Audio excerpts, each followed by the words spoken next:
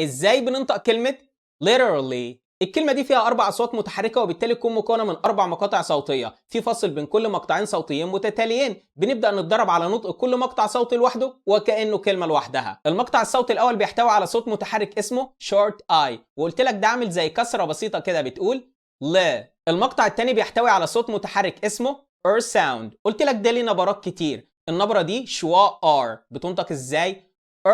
ضم بقك التي وقعت ما بين صوتين متحركين short I و R sound، وبالتالي تتحول لصوت اللايت دي ونقول letter. سيبك بقى من اول مقطعين خالص وضيف لي R ساكنة في بداية المقطع الثالث وابدأ اتدرب عليه. المقطع الثالث بيحتوي على صوت متحرك اسمه شوا. الصوت ده لما بيجي في نص الكلمة قلت لك بينطق ازاي؟ بنقول A ونضيفه للساكن اللي قبله فنقول ر، ونلغي الوقت بتاعه ملوش اي وقت خالص ر. المقطع الرابع بيحتوي على صوت متحرك اسمه long E، وده عامل زي مد الياء عندنا في اللغة العربية، وقته طويل ومكسور. E هنضيفه للصوت الساكن اللي قبله اللي هو اللايت L ونقول لي، فيبقى نطق اخر مقطعين really.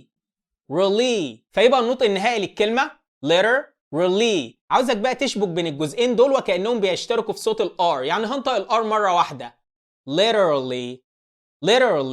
ناس كتير طلبت مني النطق بتاع الكلمة دي بس ما كانش ينفع ان انا اشرحه الا لما نشرح صوت اللايت دي بالتفصيل. اتفرج على الفيديو اللي فات الخاص بشرح اللايت دي وبعد كده اتفرج على الفيديو ده، ولو عندك اي سؤال اكتبه في كومنت وانا هجاوبك عليه. سجل بياناتك تحت واحنا هنتواصل معاك ونبعت لك محاضرة مجانية مدتها ساعة بتوريك تطبيق عملي لكل الخطوات اللي انا قلت لك عليها دي عشان تشوف احنا هنخليك تتكلم انجليزي بطلاقة ازاي، وكمان بنبعت لك PDF مجاني عشان تشوف المحتوى المتميز اللي انت بتستلمه.